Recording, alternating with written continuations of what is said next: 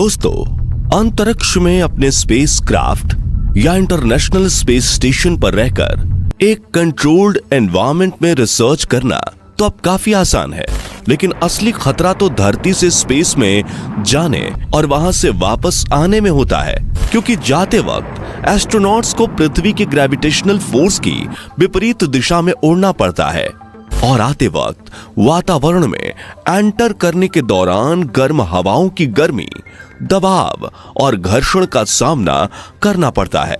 और इस दौरान हुई एक भी छोटी सी गलती भी स्पेसक्राफ्ट में सवार अंतरिक्ष यात्रियों की जान तक ले सकती है। इसलिए एस्ट्रोनॉट्स के साथ कई एक्सपर्ट्स का ग्राउंड क्रू इस बात का ख्याल रखता है कि टेक ऑफ और लैंडिंग सही से हो जाए। और आज के इस वीडियो में हम इस स्पेस ट्रैवल के विज्ञान को आसान शब्दों में समझेंगे, तो पूरा वीडियो जरूर देखिएगा। दोस्तों, बचपन में पटाखे वाला रॉकेट जलाकर शायद आप में से कई लोगों ने सपना देखा होगा कि मैं तो बड़ा होकर रॉकेट में सवार होकर अंतरिक्ष में जाऊंगा। यानी ये बात तो हम सभी को पता होती है कि रॉकेट ही वो व्हीकल है जिसकी मदद से स्पेस में पहुंचा जाता है। लेकिन क्या आपको पता है, स्पेस में जाने के लिए आप रॉकेट में नहीं बैठ सकते, लेकिन इसके लिए आपको स्पेसक्राफ्ट की जरूरत पड़ती है। अब आप कहेंगे कि फिर रॉकेट किस काम का? तो यहां समझने वाली बात यह है कि स्पेस में जाने के लिए रॉकेट और स्पेसक्राफ्ट दोनों की जरूरत होती है, क्योंकि एक स्पेसक्राफ्ट में ही एस्ट्रोनॉट स्पेस एक्सपेरिमेंट के लिए जरूरी चीजें होती हैं, जिसे अंतरिक्ष में पहुंचाने का काम रॉकेट करता है। तो अब हम जानते हैं कि रॉकेट कैसे काम करता है। इस प्रक्रिया को समझने के लिए आइए सबसे पहले जानते हैं कि आखिर रॉकेट काम कैसे करता है। तो दोस्तों, आपने स्कूल में न्यूटन का थर्ड लॉ ऑफ मोशन तो जरूर पढ़ा होगा, जिसके मुताबिक हर एक्शन का एक इक्वल एंड अपोजिट रिएक्शन होता है। जैसे जब गन से बुलेट फायर की जाती है तो बंदूक से गोली पर आगे की ओर एक्सेलरेशन फोर्स लगता है और गोली भी बंदूक पर पीछे की ओर बराबर फोर्स लगाती है, जिसे रिकॉइल फोर्स कहा जाता है, जिस वजह से बंदूक चलाने वाले व्यक्ति के कंधे पर एक झटका लगता है।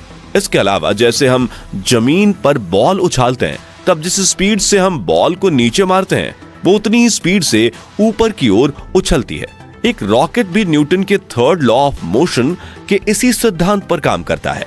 ढेर सारे ईंधन का कंबंशन से रॉकेट थ्रस्ट पैदा करता है, जिसके इस्तेमाल से वो जमीन से उठता है और पृथ्वी के गुरुत्वाकर्षण बल की विपरीत दिशा में आगे बढ़ता है। यहाँ गौर करने वाली बात यह है कि लॉन्च पैड से निकला ये गोलाकार यान रॉकेट नहीं होता, बल्कि उसके पास में लगे इन ट्विन इंजेक्शन को रॉकेट कहा जाता है, जिसका काम सिर्फ अपने पेलोड को स्पेस में पहुंचाना होता है।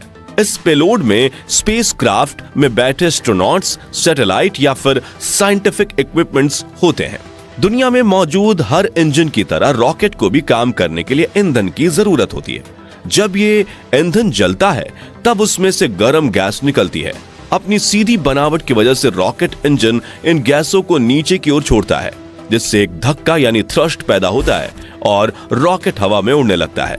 अब आप सोच रहे होंगे कि यह धक्का कितना पावरफुल होता है, तो बता दें कि स्पेसक्राफ्ट के पास लगे ट्विन सॉलिड रॉकेट साथ मिलकर करीब 5.3 मिलियन पाउंड्स थ्रस्ट पैदा करते हैं, जो 44 मिलियन हॉर्स पावर जितना होता है। इतने पावर को उत्पन्न करने के लिए एक साथ 14,706 एक्सल डीजल लोकोमोटिव इंजन या फिर करीब 4 लाख कार्स की जरूरत पड़ेगी। साथियों, एक रॉकेट और एरोप्लेन के इंजन में सबसे बड़ा फर्क ये होता है कि एरोप्लेन को अपने फ्यूल को जलाने के लिए हवा में मौजूद ऑक्सीजन की जरूरत होती है, वहीं दूसरी तरफ ये रॉकेट को स्पेस में उड़ना होता है, इसलिए ये ईंधन को जलाने के लिए जरूरी ऑक्सीडाइजर्स अपने साथ लेकर उड़ता है, ताकि इसके इंजन को बाहर से ऑक्सीजन लेने की जरूरत ना पड़े।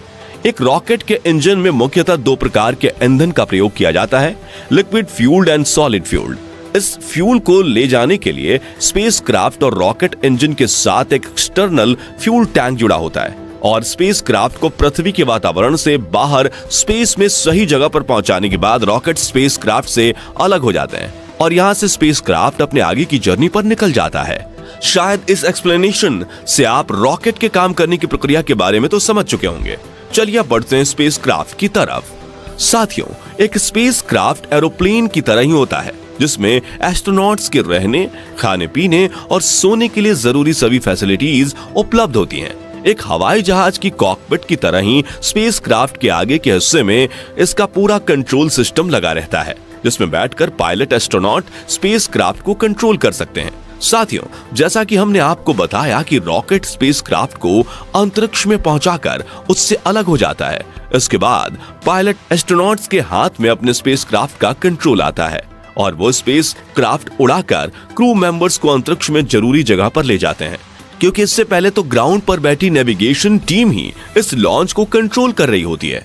इस स्पेसक्राफ्ट में एडवांस टेक्नोलॉजी की मशीन्स लगी होती हैं, जिसका इस्तेमाल करके एस्ट्रोनॉट्स अंतरिक्ष में एक्सपेरिमेंट करते हैं। इस स्पेसक्राफ्ट और रॉकेट के लॉन्च के लिए तीसरी जो जरूरी चीज होती है वो है लॉन्च पैड। आप भी जानते हैं कि इतनी ज्यादा हीट छोड़ने वाले रॉकेट को बिल्डिंग की छत से तो उड़ाएंगे नहीं, इसलिए स्पेशली लॉन्च पर्पस के लिए डिजाइन किया जाता है लॉन्च पैड। साथियों, लॉन्च पैड वो प्लेटफॉर्म होता है जिसकी मदद से स्पेसक्राफ्ट को आसमान की तरफ एक स्ट्रेट लाइन में प्रोजेक्ट किया जाता है। अब पेलोड जितना ज्यादा होता है, लॉन्च के स्टेजेस उतने ही ज्यादा होते हैं। इस लॉन्च पैड पर रॉकेट और स्पेसक्राफ्ट के सेटअप होने के बाद इसे नेविगेशन टीम स्पेस सेंटर में बैठकर आसानी से कंट्रोल कर सकती है। ठीक वैसे ही जैसे आपने मूवीज में कैमरे में बैठे वैज्ञानिक को लॉन्च के वक्त 5, 4, 3, 2, 1 लॉन्च कहते हुए सुना होगा। दोस्तों, अभी उतनी टेक्नोलॉजी डेवलप नहीं कर पाई कि एस्ट्रोनॉट पृथ्वी से ज्यादा दूर जा पाए, इसलिए वो पृथ्वी के आसपास ही अंतरिक्ष में अपने एक्सपेरिमेंट्स परफॉर्म करते हैं और कई बार एस्ट्रोनॉट्स के स्पेस शटल सीधा इंटरनेशनल स्पेस स्टेशन पर जाकर लैंड करते हैं, जहां पर उनके रहने, खाने पीने और सोने से लेकर एक्सपेरिमेंट के लिए मॉडर्न इक्विपमेंट्स सब कुछ मौजूद होता है। अब इस इतने बड़े स्पेस स्टेशन को बनाया कैसे गया, उसके बारे में फिर कभी बात करेंगे। फिलहाल बात करते हैं कि अंतरिक्ष में अपने टास्क पूरे करने के बाद ये एस्ट्रोनॉट्स फिर से धरती पर लौटते कैसे हैं। यहाँ आप में से कुछ लोगों को लग सकता है कि स्पेस से रिटर्न होने के लिए भी रॉकेट का इस्तेमाल किया जाता होगा, लेकिन आपको बता दें कि वापसी के दौरान स्पेसक्राफ्ट के पास ना ही इतना फ्यूल होता है ना ही रॉकेट, क्योंकि इन्हें तो लॉन्च के बाद ही अलग कर दिया जाता है। तो फिर अंतरिक्ष यात्री नीचे कैसे आते हैं? तो साथियों, यहाँ काम आते हैं स्पेस शटल यानी स्पेसक्राफ्ट, जो करीब 17,500 मील प्रति घंटे की रफ्तार से पृथ्वी की ओर बढ़ते हैं और पृथ्वी की कक्षा की चारों ओर चक्कर काटते हुए धीरे धीरे पृथ्वी के एटमॉस्फेयर में एंटर करता है। इस एंट्री की प्रक्रिया ही स्पेस ट्रैवल की सबसे मुश्किल प्रक्रिया होती है, क्योंकि इस दौरान स्पेसक्राफ्ट को वायुमंडल की गर्म हवाएं और उनके प्रेशर और फ्रिक्शन का सामना करना पड़ता है। इस हीट का अंदाजा आप इसी बात से लगा सकते हैं कि अगर इस स्पेसक्राफ्ट की जगह हवाई जहाज को अंतरिक्ष से वायुमंडल में एंट्री कराई जाए तो वो चुटकियों में जलकर राख हो जाएगी। इसी हीट से बचने के लिए स्पेसक्राफ्ट की ऊपरी और निचली सतह के साथ पंखों पर भी एक खास तरह की हीट रेजिस्टेंस कोटिंग लगाई जाती है। दोस्तों, आपको ये जानकर हैरानी होगी कि 2003 में जिस कोलंबिया स्पेस शटल में कल्पना चावला और कुछ अन्य एस्ट्रोनॉट्स सवार होकर पृथ्वी पर आ रहे थे, लॉन्च के दौरान उसके पंख से ये हीट रेजिस्टेंस कोटिंग उखड़ गई थी, जिस वजह से वायुमंडल की गर्मी ने अंतरिक्ष यात्रियों के साथ पूरे स्पेसक्राफ्ट को ही कुछ पलों में जलाकर राख कर दिया था। साथियों, कल्पना चावला के इस हादसे के बारे में डिटेल वीडियो आप आई बटन पर क्लिक करके देख सकते हैं। खैर, जैसे जैसे ये स्पेसक्राफ्ट पृथ्वी के वातावरण में दाखिल होकर धरती की ओर बढ़ने लगता है, वैसे वैसे ये जमीन के पैरेलल उड़ने लगता है और फिर आता है लैंडिंग का समय, जो पायलट एस्ट्रोनॉट के लिए चुनौती से कम नहीं होता, क्योंकि हवाई जहाज की तरह ही स्पेसक्राफ्ट को भी एयरपोर्ट के रनवे पर ही लैंड कराया जाता है और लैंडिंग के दौरान इसके नीचे की ओर लगे पहिए खुल जाते हैं। लेकिन एक एरोप्लेन के मुकाबले स्पेसक्राफ्ट की स्पीड काफी ज्यादा होती है, इसलिए लैंडिंग के दौरान रफ्तार कम करने में मदद करने के लिए इसमें पीछे की ओर एक पैराशूट भी खुल जाता है। हालांकि अपोलो, जेमिनी, सोयूज और मर्क्यूरी जैसे कुछ स्पेसक्राफ्ट की लैंडिंग समुद्र में भी कराई गई थी, लेकिन इससे स्पेसक्राफ्ट के पानी में डूबने का खतरा बना रहता है, इसलिए अब इस तरह की लैंडिंग नहीं करवाई जाती। तो इस प्रकार आपने जाना कि अंतरिक्ष में जाने और वापस आने की प्रक्रिया में कितनी भारी चुनौतियों का सामना करना पड़ता है। खैर, स्पेसक्राफ्ट की लॉन्चिंग और लैंडिंग में से आपको कौन सी प्रोसेस सबसे ज्यादा मुश्किल लगी? कमेंट करके जरूर बताइए।